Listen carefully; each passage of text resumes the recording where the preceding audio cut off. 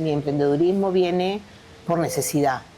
Sí, yo te diría que sí, porque si no hubiera sido por necesidad, yo hubiera estudiado Derecho, que era lo que me gustaba cuando salí del colegio. Víctor es todo. Es mi amigo, es mi socio, es mi pareja, es mi amante, mi marido. Víctor es economista, él venía a trabajar por su tema, yo también. La cosa es que al final nos casamos, hicimos una casa de cambio tan grande que teníamos hasta camión blindado. En el año 94 dijimos, no, ¿qué hacemos? Seguimos en finanzas. Y yo soy así, me gustan las cosas distintas, soy creativa. Y le dije, no, vamos a comprar una franquicia. En Perú no había entretenimiento en esa época. Pensamos que era un mercado que íbamos a ser pioneros, que íbamos a hacer la diferencia. Y fue así.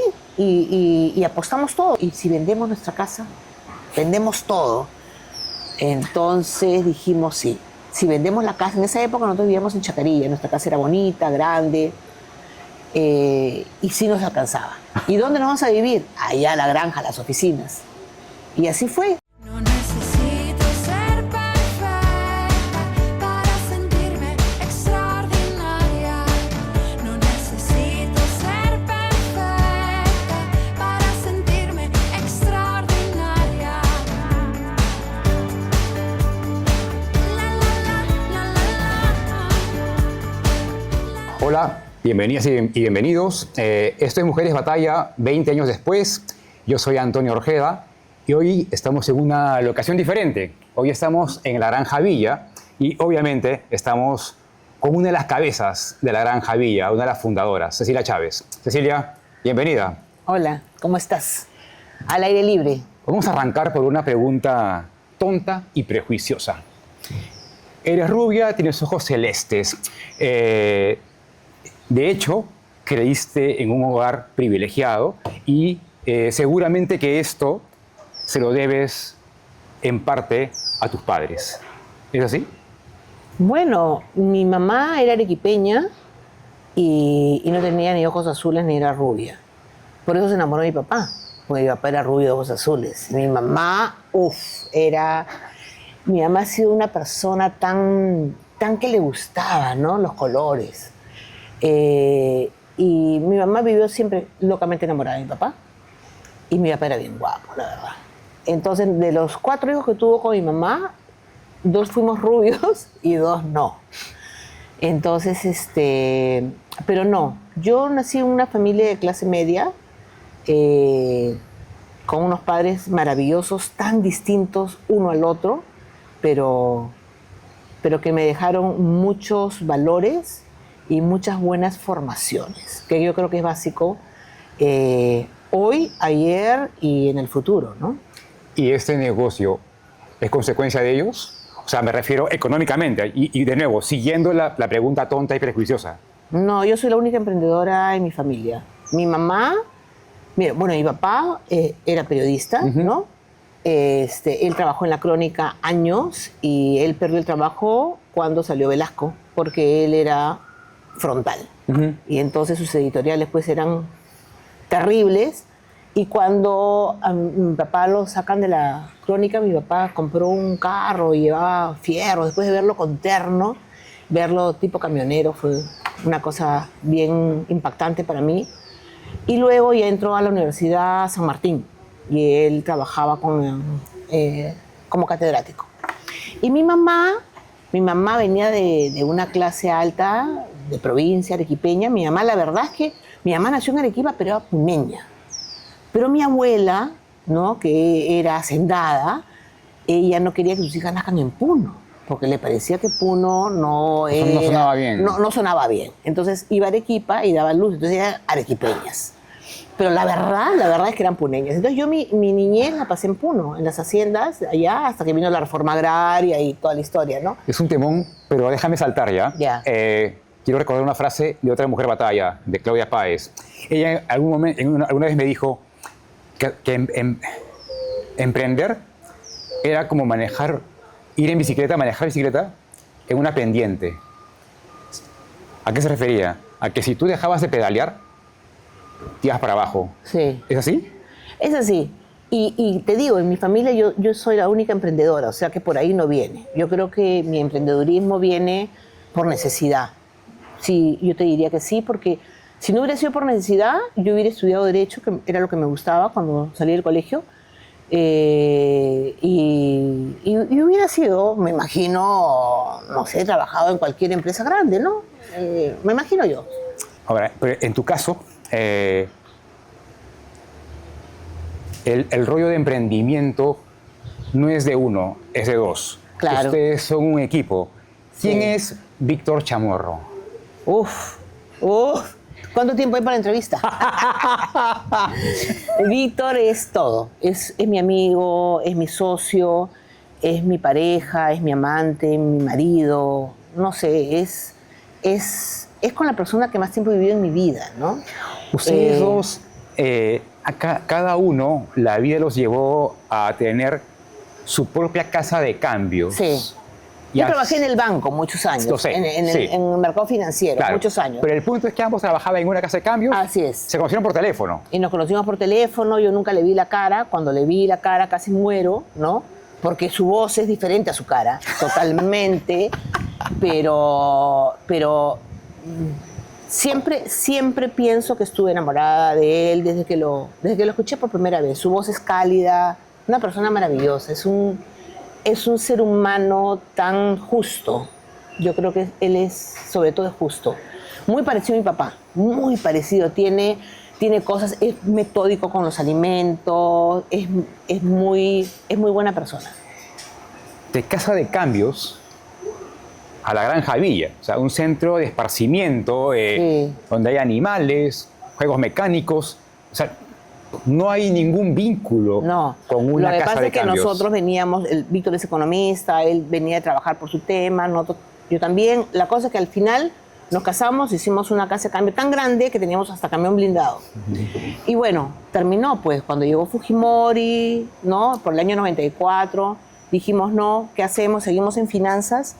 Y yo soy así, me gustan las cosas distintas, soy creativa. Y le dije, "Ya, no, vamos a comprar una franquicia". Habíamos hecho un capital entre los dos, nos fuimos a Washington, habían todas las franquicias conocidas, hubiéramos podido traer cualquier franquicia, pero vi una franquicia de juegos y a mí me gusta el juego, me gusta divertirme, me gusta la vida, digamos la vida loca, ¿no? De estar todos los días en algo nuevo, hacer cosas distintas. Compraron la franquicia del Moy Park. Compramos la franquicia de Moy, una franquicia mexicana, que a los 2 años nos llamaron y dijeron ha quebrado. Nosotros habíamos puesto todo ahí. O sea, quebró la franquicia, La franquicia. que obviamente, o sea, quebró la matriz, quebraron las franquicias, obviamente, todas menos la de Perú. Menos la de Perú. Menos la que tenían ustedes. Claro, porque ¿Por no, qué? Porque si quebrábamos nosotros. Entonces le cambiamos, la tropicalizamos y le hicimos funcionar. La hicimos funcionar, fuimos el primer centro de entretenimiento que estuvo en un mall, en Larcomar. Tuvimos 6 locales, ¿Qué es? puerta de calle, ¿no? Disculpa que te corte. ¿Qué es tropicalizar? O sea, hacerla peruana, ¿no? Venía mexicana, tenía sus temas mexicanos y lo que nosotros hicimos fue hacerla peruana, tropicalizamos precios, o sea, la cambiamos totalmente y funcionó acá, funcionó muchos años. Al punto que la matriz les regaló la marca. Nos regaló la marca, úsenla y nos quedamos acá unos buenos años, digamos desde el 98, no, en el 95 empezamos. En el 98 entramos al Larcomar y de ahí estuvimos hasta, digamos que el 2002 estuvimos echándole todo a esa franquicia. Ahora, ¿qué tan fácil o qué tan difícil, qué tan complicado fue convencer a Víctor? Porque claro, te estabas planteando un negocio completamente diferente a lo que era. Es que lo que pasa es que nosotros en esa época teníamos tanta tensión, tú sabes, apuestas, compra, vende, o sea, era una tensión fuerte. Y yo le decía, pero queremos seguir viviendo así. Y al final dijimos, no, mira, entretenimiento no existe. En Perú no había entretenimiento en esa época. Pensamos que era un mercado que íbamos a ser pioneros, que íbamos a hacer la diferencia. Y fue así. Y apostamos todo y vendimos todo. Yo recuerdo que en una época, son cosas que marcan y yo le cuento a mi hija, ¿no? En una época nosotros no teníamos para pagar sueldo porque habíamos invertido en Larcomar y tuvimos que vender nuestra camioneta. para pagar los sueldos. O sea, cosas locas que hemos hecho, ¿no? De nuevo, te corto, ¿ya? Y que has hecho dos cosas que me parecen alucinantes. Que se dicen fácil, lo vendimos todo. O sea, eso, de nuevo, habla de que hay una comunión entre ustedes dos. Sí. Y lo que acabas de citar, un tema ético. De nuevo, comunión. Ustedes, ante la imposibilidad en ese momento de poderle pagar a su gente, vendieron su camioneta. Eso debe haber consolidado o el tema de la pareja, del equipo, Sí. la dupla. Es que nosotros creemos en lo que hacemos, ¿no? O sea, lo hacemos siempre bien. Entonces puede presentarse una circunstancia, ¿no? Un algo, cerraron un mes por algo aquí, no llegaron los fondos, pero sabemos ¿Cómo te que diste hacemos las cuenta cosas que él era bien. el hombre de tu vida? Mira, en mi familia hubo mucho problema con él. O sea, mi mamá no le gustaba, y en esa época tenía una pareja que era el gusto de mi mamá pintado. Tenía Bueno, la foto. digámoslo, el problema de Víctor es epidérmico, Sí, es cholo. exacto, ¿no? Entonces, mi mamá no le gustaba, me hacían peros, eso de estar remando, yo en esa época tenía como que mi vida hecha, mi pareja era pasivo, ¿no? Y entonces, era fácil. Cuando conocí a Víctor me deslumbró, sobre todo porque él tiene una confianza en sí mismo, él es una persona que se come el mundo y sobre todo es súper inteligente. O sea, yo puedo mirar cómo puede saber tanto de todo, ¿no? Entonces, yo creo que yo me enamoré de él desde el primer momento, pero me resistí a creerlo. Y estuvimos como en esa lucha de que sí, que no, que sí, que no, que sí, que no, por mi parte, porque por la de él siempre estuvo comprometido, como 10 meses. Y después dije al diablo, mucha bronca, mucha cosa que todo el mundo opina, que se mete en mi vida. Entonces le dije, ¿sabes qué? Vamos a hacer la prueba. Dejo mi casa porque había reunión familiar, iba yo, lo invitaba a Víctor y estaba la otra persona ahí. O sea, me hacían el corralito eterno. Entonces agarré y dije, no, se acabó. Ah, qué agresivo, ¿ah? Muy agresivo. A Víctor lo recibían en la puerta, le decían, no, esto es una reunión familiar, no le dejan entrar. Una cosa terrible. Entonces le dije, ¿sabes qué? Abandono mi casa, tú abandonas tu casa. Él tenía un hijo, yo tenía un hijo. Nuestros hijos iban a ir a estudiar a inglés fuera. Y le dije, vámonos un mes. Y si nos soportamos un mes, ya pues, somos. Y fuimos y no solamente nos soportamos. Nos amamos, nos quisimos y yo sabía que él era, ¿no? Pero de todas maneras, por sí las moscas, como yo había criado un hijo sola, yo le dije, vamos a esperar 3 años. Porque yo siempre juraba que el amor duraba 3 años. Entonces, si después de 3 años nos seguimos queriendo, ya viene la hija, ¿no? Tenía mis dudas de hijo, pero vino la hija. Ya como equipo, compran esa franquicia, Compramos. superan la gran adversidad, pero en paralelo, ustedes habían hecho un intento de comprar, estamos hablando de los 90s, cuando se comenzaron a subastarlos, subastar no, a vender los hoteles de turistas. Sí, con Fujimori. Claro. Y terminaron ustedes, habían lanzado una propuesta para el hotel de turistas de Tingo María, se habían olvidado de eso y cuando ya habían comprado el MOI, les dicen, oye, Ya ganamos. Lo que pasa es que nosotros siempre, pues, ¿no? Éramos misios, pero queríamos todo, ¿no? Entonces, cuando osados. Osados. Entonces, ¿Qué paja es tener a la persona adecuada para...? Sí. Entonces, cuando empezamos a subastarse, vamos a Cusco, pues, ¿no? Oye, Aguascalientes. ¿y si les hubiera ido mal, si no les ligaba? No, lo que pasa es que sí, si tú trabajas, te liga. Si tú trabajas, te liga. No existe cosa que tú... no- Ya, a ver, cuando dices eso, a ver, si tú trabajas te liga, o sea, me estás queriendo decir que si te va mal, te fue mal y vas a seguir trabajando Claro, hasta otra que, cosa. hasta que... En lo que sea. Ya, ¿no? O sea, si a mí me dicen hoy día cambies de rubro y te vas a hacer esto, lo voy a hacer bien. Porque tú tienes la disciplina, tienes los valores que necesitas para hacer lo que quieras hacer de una manera correcta. Ya. Tienes que conocer el producto, tienes que conocer el mercado, ¿no? Ya. Pero en esa época nosotros fuimos a Cusco, después nos fuimos creo que a Huaraz Sí. y perdimos todo, Ajá. hasta que al final quedaba uno. Nos mandaron una carta, esto va a ir a la municipalidad si nadie oferta. Ofertamos y hubo, no me acuerdo qué, en el Congreso, una interpelación de ministros y nuestra oferta quedó muerta. fuimos, compramos Moy, nos gastamos todo y a los 3 meses nos dijeron, han ganado el hotel. Entonces fuimos al hotel y empezamos, como habíamos dado la palabra que teníamos que invertir, empezamos con los préstamos, todo, y sacamos adelante. Nos quedamos con el hotel, ¿no? Y también Moy a la vez, endeudados. El hotel vino con un regalo, por su ubicación, por estar en Tingo María. Les llegaban, el INRENA, si no me equivoco, les llevaba a los animales exóticos que estaban tratando de comercializar de manera informal, ilegal, y ustedes lo terminaban acogiendo. Sí, al comienzo el hotel no tenía animales, pero pasó eso, ¿no? Nosotros íbamos y pasaba siempre que en esa época INRENA, ahora es el ATF creo, tenía ese problema, que entre Pucallpa y Lima estaba Tingo María en la bajada y muchos animales llegaban heridos y no los podían traer hasta Lima porque los abandonaban. Y esos animales nos llegaban a nosotros. Entonces nosotros servíamos como que ya déjalo acá, vamos haciendo un espacio y cuando ya estén sanos, ya ellos se hacían cargo. Y entre esas cosas nos llegó un osito de anteojos. Y Te enamoraste. Y nos enamoramos y sobre todo que cuando empezó a crecer, la posibilidad era que venga acá al Parque de las Leyendas. Y cuando vinimos a ver, después de todo lo que él vivía en el hotel, que tenía muchísimos metros para él, y vimos a lo que iba a venir, dijimos, no, ¿qué hacemos? Entonces nos dijeron, vete al norte, que ahí está Heinz Plenge, que ha hecho El fotógrafo. ¿no?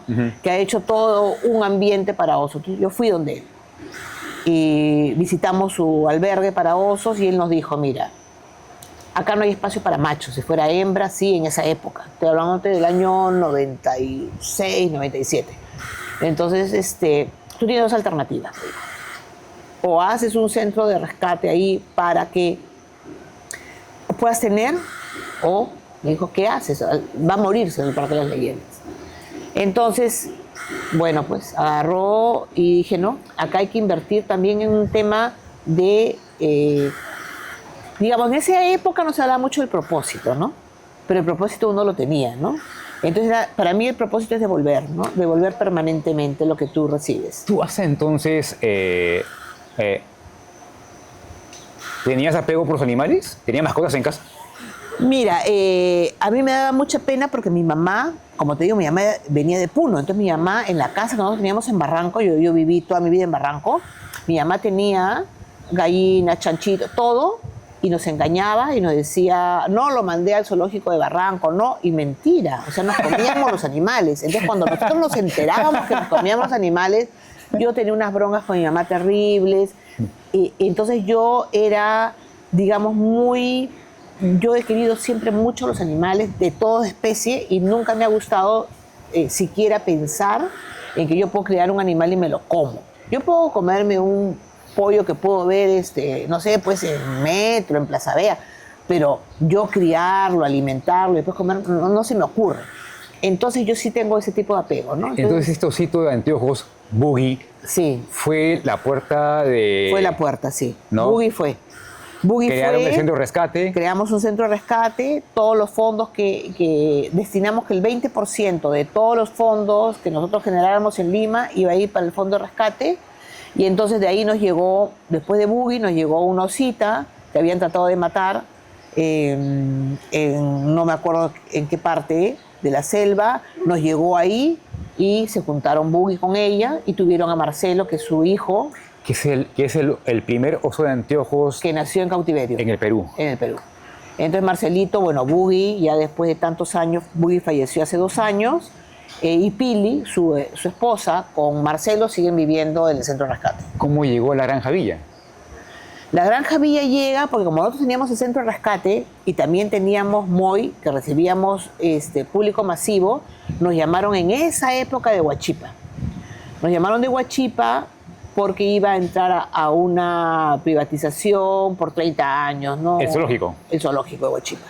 Entonces querían que le ayudáramos a hacer las bases.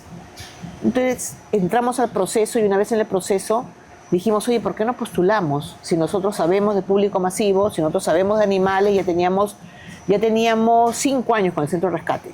Habíamos visitado una serie de lugares, estábamos metidos dentro del ALPSA, que es la Asociación de Zoológicos. Entonces, entramos Al concurso. al concurso y entonces llegamos hasta el final. Presentamos una propuesta técnica, la propuesta técnica ganó, fuimos la mejor propuesta técnica, y cuando viene la parte económica, ahí habido un entuerto de un grupo que se había juntado, que no era, digamos, muy creíble, y entonces parece que el día anterior uno de los socios se comió al otro socio, no sé, y entonces uno de los socios fue a buscarme y me dijo, oye, mira, este socio va a ofrecer más de 50 centavos de todos los soles que ingresen como oferta al Estado. Y nosotros le dijimos que eso no podíamos ofrecer nosotros porque era trampa. O sea, yo no le podía pagar al Estado si yo tenía que alimentar a los animales. O sea, nosotros habíamos visitado, en esa época, para entrar a esa subasta, nosotros habíamos visitado como 7 zoológicos a nivel mundial. Nos preparamos bien.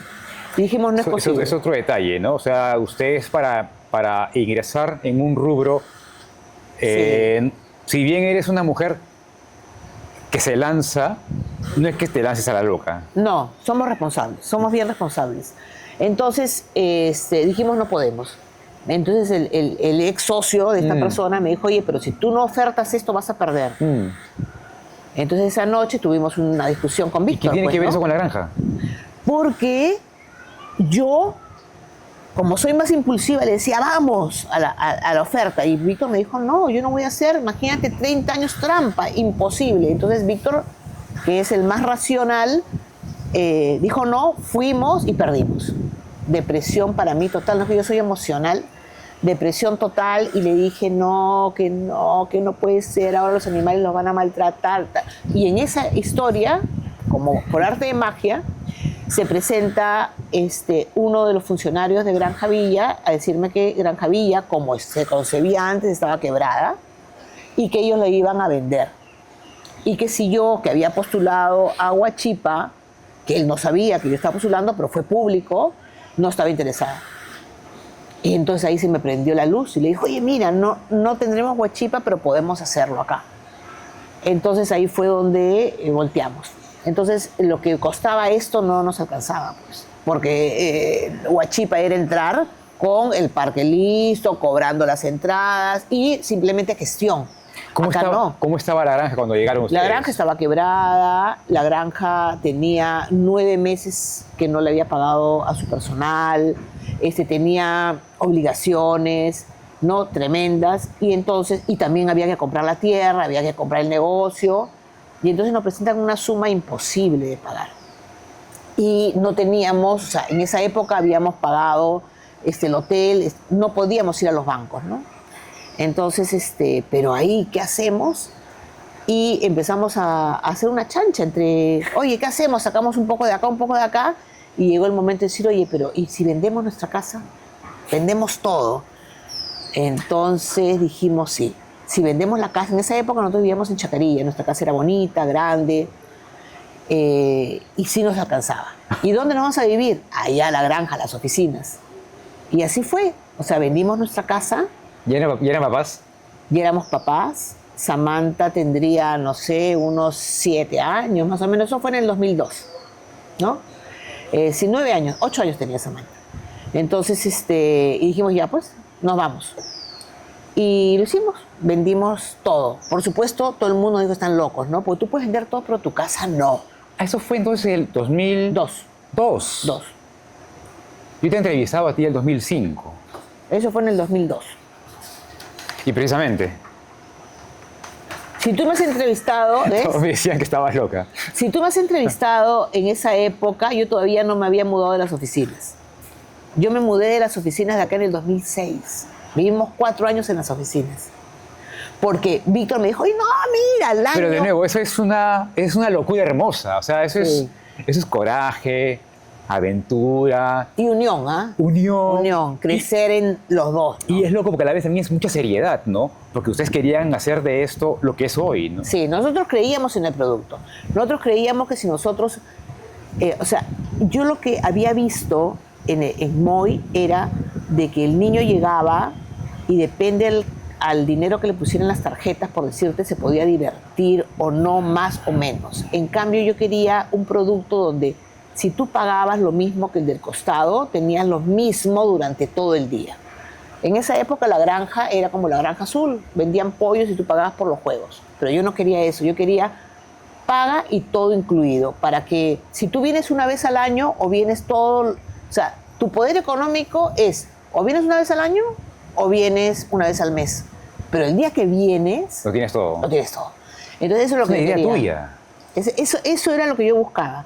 Comprenderás que el primer día nosotros lo compramos esto en octubre, pagamos, le empezamos a... Bueno, hablamos con todos nuestros colaboradores, ¿no? Y le dijimos, esta es una lucha De de todos. todos. O sea, acá nosotros vamos a ir pagando todo lo que se les debe mes a mes, con el sudor de la frente, y les aseguramos que va a ser así, y todos creyeron, ¿no? Ellos fueron parte de esto, ¿no?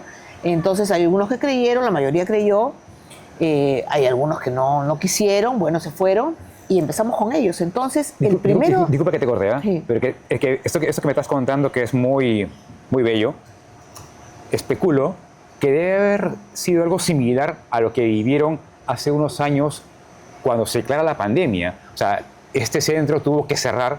Claro. O sea, no se podía. O sea, tuvieron que cerrar y tuvieron también que conversar con su gente. Claro, tuvimos que conversar con la gente, por ejemplo, en la pandemia, y los animales no los podía sacar, ¿no? Y los chicos que vienen acá, son chicos que están preparados. O sea, normalmente un parque como este cierra los meses que no hay gente. Tú ves, hoy día no hay un alma. Entonces la gente me dice, ¿por qué abres? Si yo debería cerrar o abrir por lo menos sábados y domingos, como todos los parques que están puerta de calle acá en Perú o en el mundo, ¿no? Paréntesis. No es que no haya un alma. Yo he visto, sí, como unas 5 familias. Claro. O sea, que sirva esto como publicidad. Si un día de semana quieres venir a la Granja Villa, ven y la tienes para ti y tu familia. Claro, ¿Vale? pero, o sea, a mí me sale muchísimo más caro recibir a esas 5 familias que cerrar, porque yo ahorita le pago a los colaboradores, porque me pasa lo mismo que en la pandemia. Si yo cierro, pierdo a mi gente. Esa gente pasa al colímetro todos los días, da exámenes cada 3 meses. O sea, son profesionales. Los chicos cuando llegan acá son chicos que han salido del colegio, pero acá se vuelven profesionales. O sea, para llegar a manejar una máquina extrema, o sea, de manejar una piscina de pelotas a manejar una máquina extrema se demoran 9 meses. De pasar exámenes, y no todos 9 meses. Hay unos que le vemos que no tienen la madurez y se demoran año y medio. Y tú vas pasando de juegos infantiles a juegos medianos y vas subiendo tu sueldo, Entonces todos quieren la máquina grande. Bueno, la gerenta general de la Granja Villa llegó aquí a los 17 años. Llegó a Moy y estuvo con nosotros en Moy. También llegó como operadora, después fue administradora, después se fue, porque es así la vida, ¿no? Ella se fue a emprender nuevos rumbos, fue por aquí, por allá, y creo que si no me equivoco estuvo 10 años fuera, y yo siempre la veía, ¿no? En donde trabajaba, y siempre le decía, y tú sabes que cuando quieras regresas, porque tú el talento lo descubres. Cuando tú conoces gente, tú te das cuenta cuando la persona es una persona que es, digamos, yo le llamo así, ¿no? Las personas que son planas, las que quieren una vida sin obligaciones, con la responsabilidad cubierta, no quiere, digamos, entrar en tensión, quieren llegar a su casa, estar tranquilas, y eso no es malo. Entonces, por ejemplo, puede venir una cajera acá que me dice, oye, a mí el sueldo me acomoda, pero yo quiero llegar a mi hora, irme a mi hora, no quiero que me llames después, no quiero pensar en horarios, no quiero pensar en que yo soy jefatura, no. Y es normal, hay personas así, pero hay personas que son estrellas y tú las ves desde que las conoces, y esta persona era una estrella. Entonces yo siempre decía, regresa, hasta que después de como de 10 años regresó. Y es Arriba. una estrella y para arriba, y las estrellas son así, ¿no? Porque las estrellas brillan donde vayan, ¿no? Solamente tienes que darle tú esa llave, ¿no? Para que tu estrella, para que la estrella Cecilia comience a brillar, fue muy determinante una decisión radical que tomó tu madre. Tú, vehemente, saliendo del colegio, decidiste casarte, fuiste madre, la cosa no funcionó, el pata desaparece, tú le tocas la puerta a tu mamá con tu bebé en brazos. ¿Y qué te dijo ella? Tú tomaste una decisión de grande, pues yo le pedí permiso al juez de menores para casarme. Yo me casé a los 16. Me dijo, tú tomaste una decisión de grande, asume tu decisión de grande. Y A la sí. casa, en esta casa solamente viven solteros. Y tu mamá te votó. Y mi mamá me dijo, chao.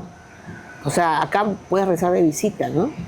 ¿Qué En tan esa importante época. hoy en día fue esa decisión de ella? Fue para todo, ti? creo. Fue todo. En esa época me cayó mal, hablé con mi papá, rajé de ella, me acuerdo, me encontré con mi papá en el Puente Videna en Miraflores, le dije, ¿cómo puedes haberte casado con esa mujer? ¿No? Fue muy gracioso. Y mi papá me dice, así la criaron a ella. Yo en esa época no entendía esa frialdad, ¿no? Y luego pasó que yo tuve que irme pues con mi hijo y fue muy duro para mí. Pero ¿No te quedaba otra más que crecer? No, Bueno, no. podías dedicarte a llorar. Claro, no me quedaba otra.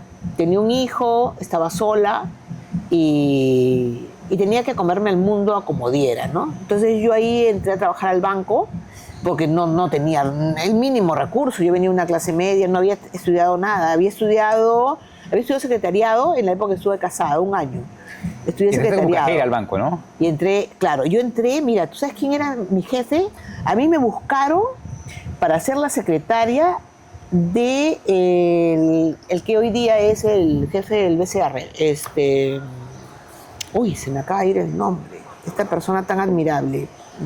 Bueno, se me fue el nombre. ¡Wow! Entonces yo llegué a ser su secretaria.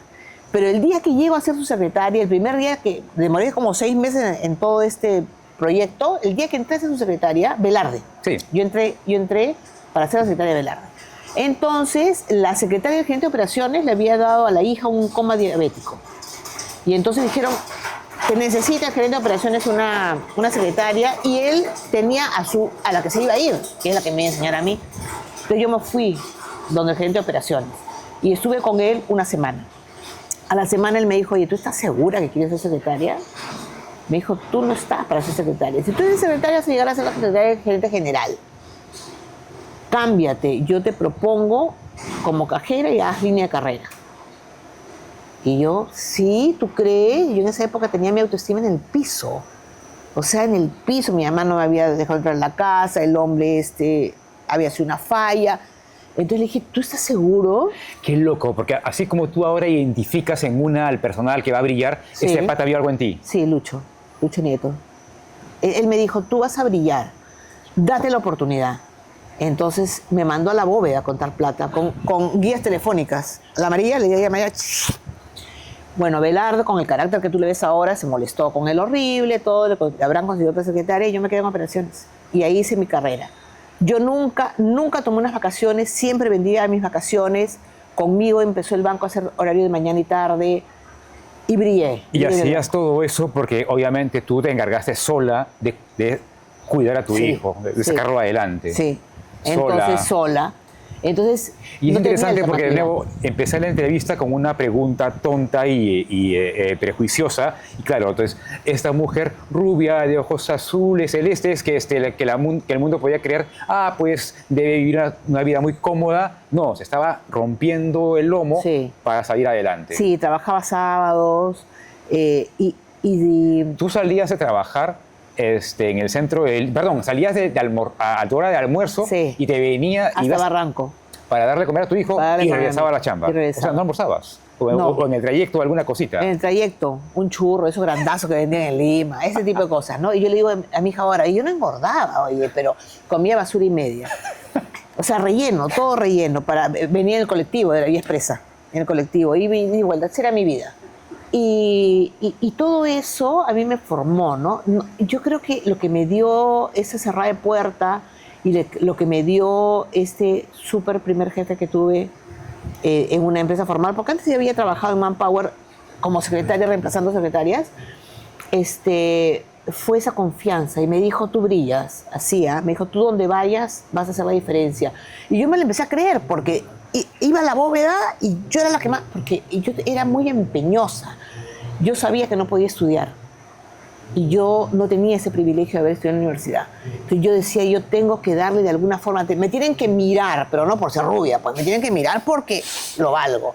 Y fui ascendiendo, fui a caja, estuve en la mejor caja, en la más difícil, me fui a cuentas corrientes, que en esa época con los libros, tenías que mirarlos. Y con la hiperinflación aprista y el dólar que se volvió loco. A mí me mandaron a moneda extranjera porque en esa época se crearon los certificados bancarios y yo era una estrella, o sea, en el banco. Luego, este banco, me cambio de banco y me fui solamente a la mesa de dinero, a compra-venta. Y yo nunca me hubiera movido porque adoraba mi trabajo y adoraba el banco. Yo trabajaba en Interbank, pero no me alcanzaba. Y en esa época tú hacías una línea de carrera lenta, ¿no? Y el gerente del banco me decía, oye, pero te puedo poner aire acondicionado. Tú pediste un aumento y no te lo quisieron dar. No me lo quisieron dar. Entonces le dije, yo no me alcanzaba. Mi hijo ese año entraba al colegio. Renunciaste. Y renuncié. ¿Pediste un préstamo de $10.000? A un cliente hindú, que yo siempre le veía sus cuentas. Y yo agarré un día, me vio así, le digo, ¿qué haces? Me voy, ya renuncié, ¿y qué vas a hacer? Entonces le digo, yo le conté, ¿no? Necesito $10.000 que estoy buscando, ¿no? ¿De dónde? Él me dijo, tú, te presto los $10.000. Alquilé una oficina y me fui. Jalé a mis clientes y ahí empecé.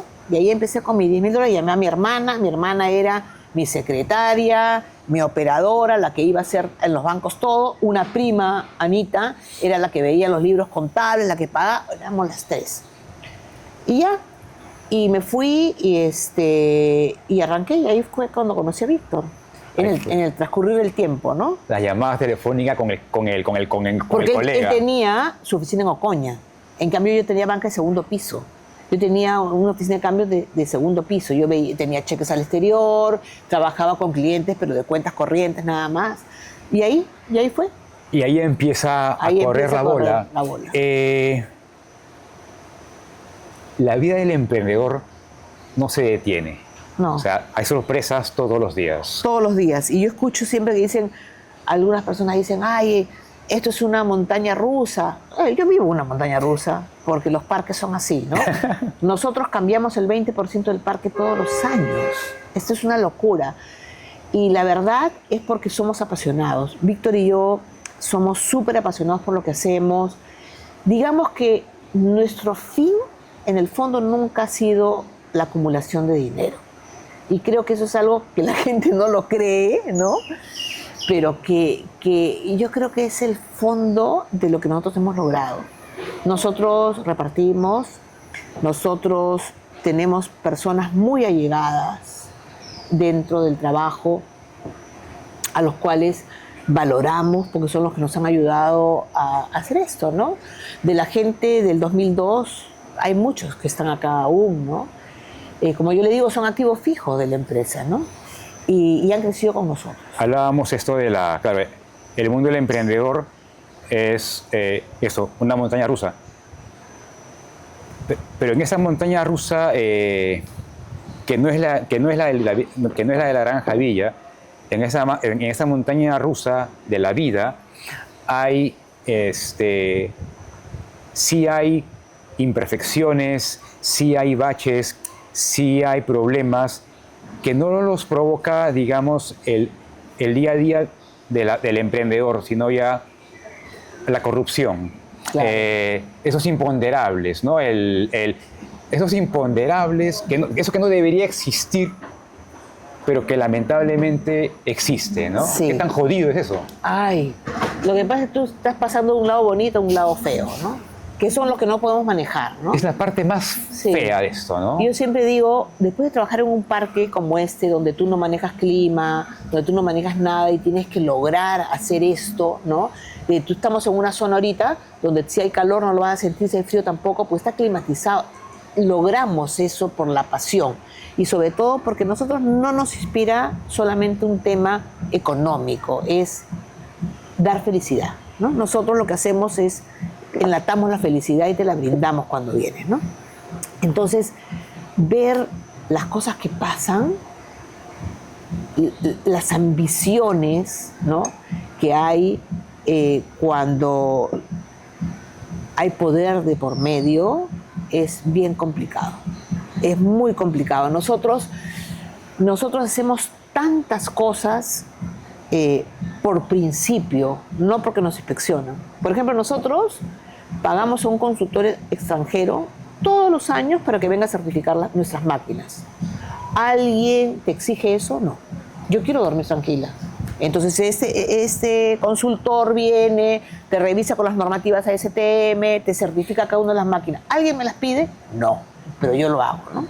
Sin embargo, ¿no? Hay normativas acá absurdas que muchas veces se las piden, que son tan, ¿qué te puedo decir? No sé, tan vanas, ¿no? Tan vanas.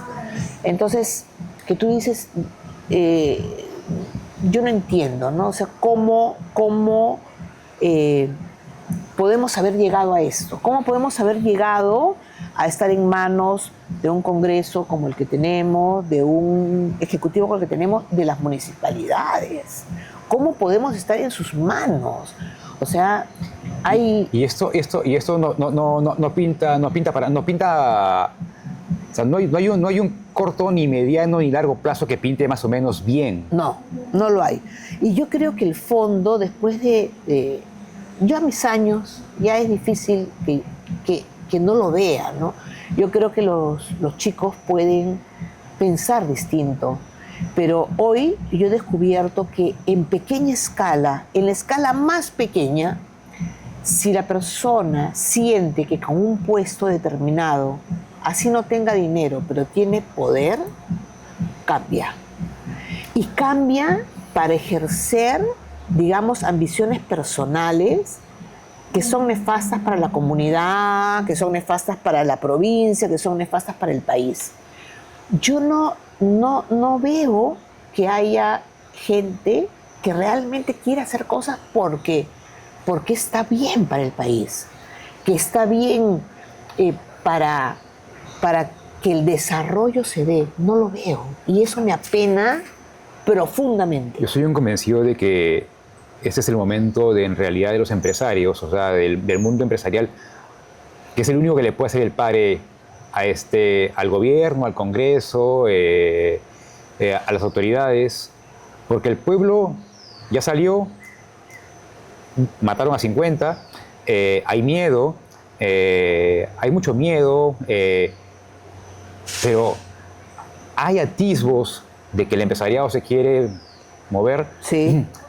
Pero son esos atisbos. Leo muchos comunicados plausibles, pero nada más, ¿no? Pero mira, yo te voy a dar una experiencia, así como yo te cuento cosas maravillosas que pasaron, el jefe del banco, sí. todo. El año pasado, cuando a nosotros nos cerraron, yo tuve muchas llamadas, ¿ya? Pero hubieron 2 llamadas que a mí,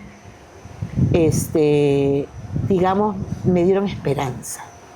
El domingo, cuando salió el programa en Panorama, me llamó esa noche, después de Panorama, como a las 11 de la noche, me llamó Liliana Picasso, de La Granja Azul. A esa hora. O sea, yo no la conocía y me llamó para darme todos los datos de lo que ella había pasado y de lo que me aconsejaba hacer, porque ella ya lo había caminado. O sea, esta es mi vereda, este es mi camino, yo caminé esto, que me costó, camínalo tú. Mira, tú no sabes, esa noche que yo estaba tan decepcionada, tan golpeada, recibir esa llamada a mí me llenó de esperanza. Y al día siguiente, ya nos quedamos en encontrar, me encontré con ella, me alivió el camino, me enseñó el abogado que debía asistir, todo eso. Al día siguiente, sin yo saber leer ni escribir, recibí un WhatsApp de un señor quicaño de Unión de Gremios, ¿no? Él no me conocía, yo no lo conocía, y me dio el apoyo que tú no te puedes imaginar de Gremios Unidos. Todos los días me llamó, todos los días, para ver en qué me podía ayudar. O sea, fue un bálsamo.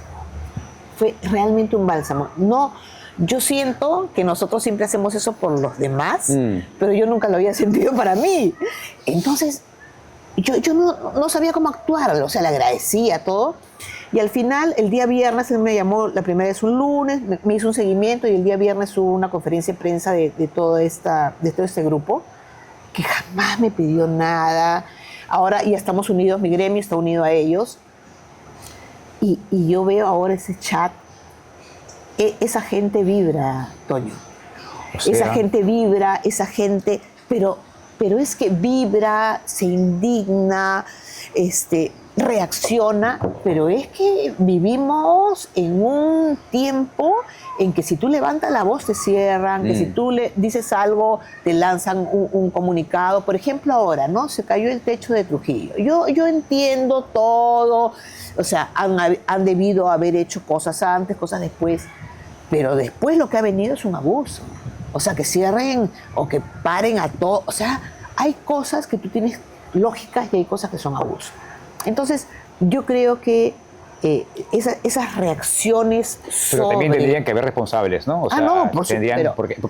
porque también Yo estoy totalmente de acuerdo, pero ¿por qué sobre reaccionar? Claro, ¿Por qué claro, no claro, anticiparte a esto, claro, no? ¿Por qué claro. no anticiparte? O sea, yo entiendo, tiene que haber responsables. Es un tema bien complejo el que tocas, porque a la vez estamos también entrando a un terreno donde también hay empresarios que no se portan bien, pues, ¿no? O sea, sí. y que lamentablemente manchan lo que otros... Me estás hablando ahorita de un compromiso, me parece genial, esperanzador, pero también lamentablemente vivimos en un país donde así como tenemos un Congreso mediocre, un Ejecutivo mediocre, también tenemos empresarios de renombre que lamentablemente... Pero, Toño, hacer empresa no es fácil, No, ¿ya? no. Y la empresa es lo que saca adelante este país. ¿Los empresarios se pueden equivocar? Yo me imagino que sí, igual como se pueden... Yo no conozco todos los rubros, ¿no es cierto?